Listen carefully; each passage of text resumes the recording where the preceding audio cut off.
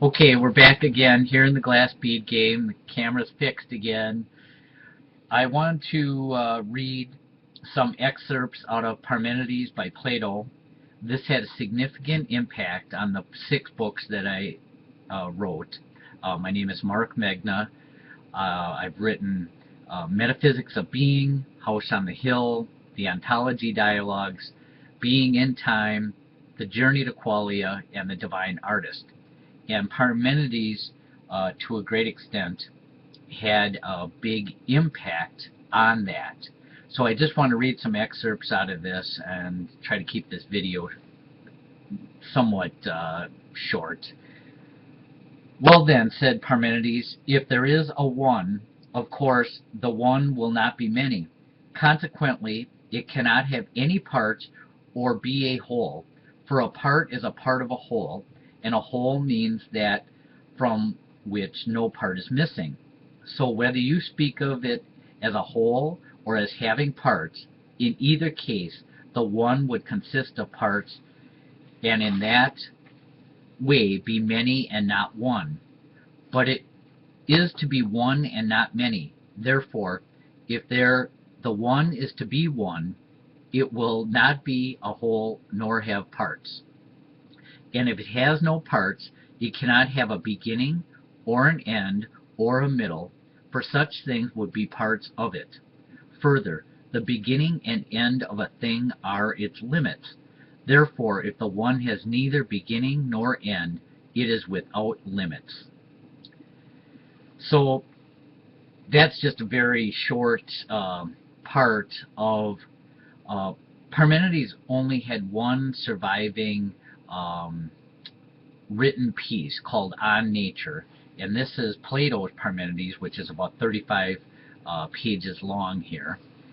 And his main thing was that he said that being was one immutable, unchanging reality.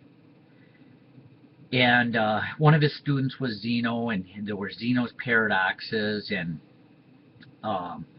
all of this is very counterintuitive to the way that we live in the world.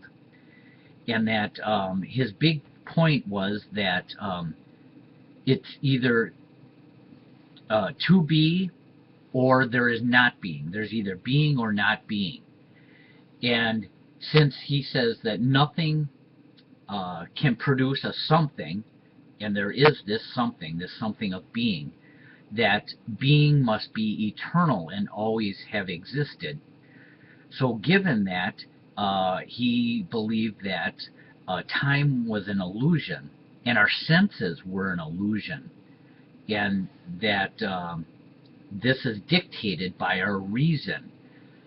So a lot of this had an influence on especially metaphysics of being, of this argument of something and nothing.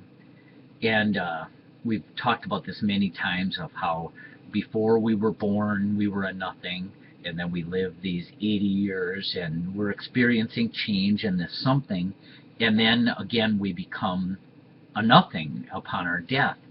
And so this seems to be this great paradox. How can nothing produce a something, and then we go back into this nothingness again? And Parmenides would argue that being itself was eternal, and this was all an illusion. And what's interesting about this is that he included the mind as part of being. And we've talked about a lot of how the mind can be deceived, and experiences things in a discrete manner. And this is all ties back into space and time, and it's limited and discrete. But Parmenides' argument is that being has no parts, has no extension. And this is the very interesting part about this. And a part that I think people overlook, because the mind thinks in concepts, thinks in discrete fashion, and all of space-time is discrete as well. This is proved by Zeno's paradoxes, that there is no true continuity in our world. There was a beginning at the Big Bang, and then everything has been discrete from that point forward, and that allows us the opportunity to experience reality that we live in, the real world that we live in. So everything is discrete in the world that we are living in.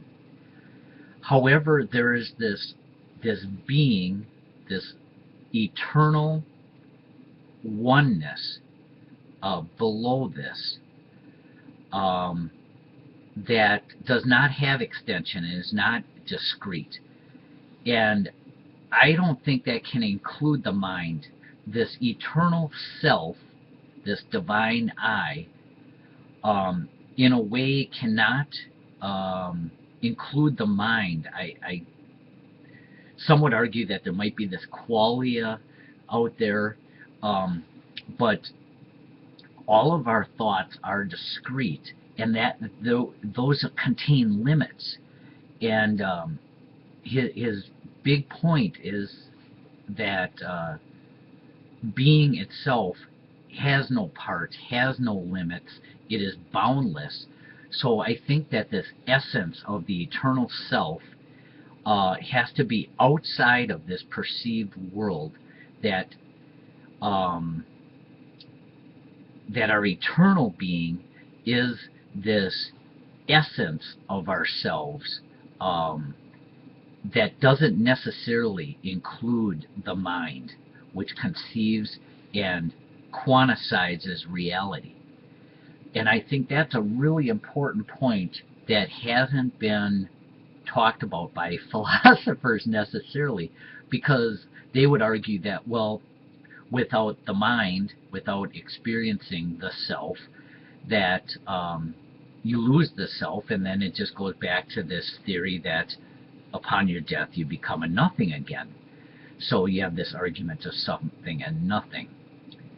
But in some way, for some reason, I think that this Parmenides is onto something, that something has to always be. There has to be this eternal reality.